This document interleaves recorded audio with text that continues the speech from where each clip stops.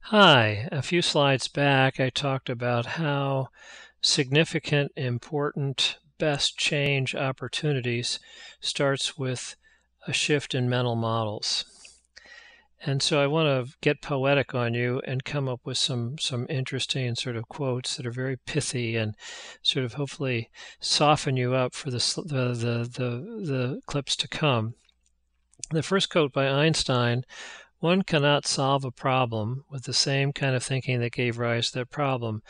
A variation of this would be, if we keep doing what we're doing, we'll keep getting what we're getting. Why, if we look at the world in the same way and keep doing the same thing, but the world's changing, we're not going to be solving the change around us problem. The second quote by Charles Handy, sort of a pop business writer back in the 1997 era. He said, our use of old words, in other words, if we keep using the words, so what's the margin percent you get on that order? What does the margin percent matter? It's margin dollars less cost to serve equals net profit. That's the formula. You know, a high margin percent on nothing is nothing. And if it costs us $6 to pick it in the warehouse, we're losing $5 every time we pick the item, even though it's got an 80% margin on a $1 order.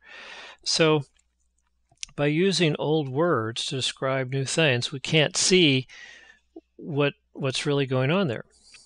And a variation of that is, if we have new words, that enables new deeds. And lastly, perhaps my favorite is, the definition of a great, I mean, not just an okay question, a great question is, golly, that's got me on the hook. I really want to know the answer to it. And the second part is, and I don't know the answer. And nobody does, because it hasn't been done before. We're not looking around to copy anybody else. It's not a 2 plus 2 equals what's the answer. It's something new.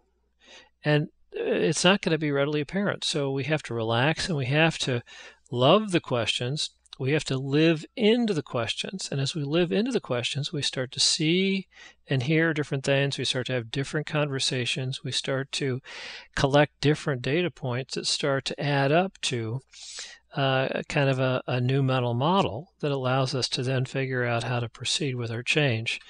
And as Rilke continues, as we live the questions now, we'll gradually, sometimes without even noticing, live our way right into the answer.